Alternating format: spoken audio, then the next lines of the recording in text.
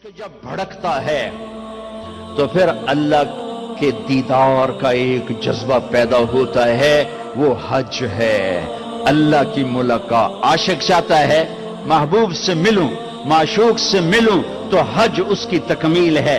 لہذا حج میں جا رہے ہو تو اللہ کہتا ہے حج تو عشق کا سفر ہے، تو عاشق بن کے آنا۔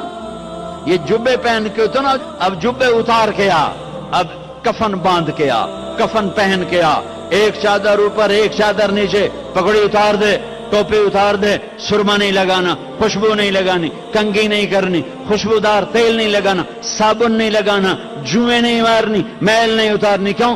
عاشق بن گیا، دیوانہ بن گیا۔ طواف کیا ہے؟ طواف کیا ہے؟ محبوب کی ڈھونڈ، محبوب کی تلاش۔ کتھے کتھے؟ گھر تو آ گیا، آپ کتھے کتھے کتھے کتھے؟ تیرے کوچے اس بہانے مجھے دن سے رات کرنا، کبھی اس سے بات کرنا، کبھی اس سے بات کرنا۔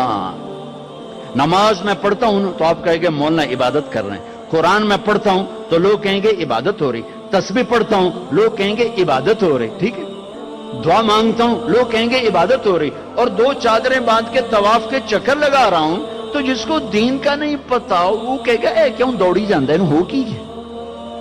اسے بتاؤ یہ عاشق ہے، یہ دیوانہ ہے، یہ لبیک لبیک پکار رہا ہے۔ اللہ کہتا ہے بادشاہی مسجد میں آؤ، آہستہ آہستہ بولو، آہستہ آہستہ بولو، مجھے آہستہ آہستہ پکارو، اور جب میرے بڑے گھر میں آؤ تو آپ عاشق بن کے بولو، چیخو پکارو، لبیک اللہم لبیک۔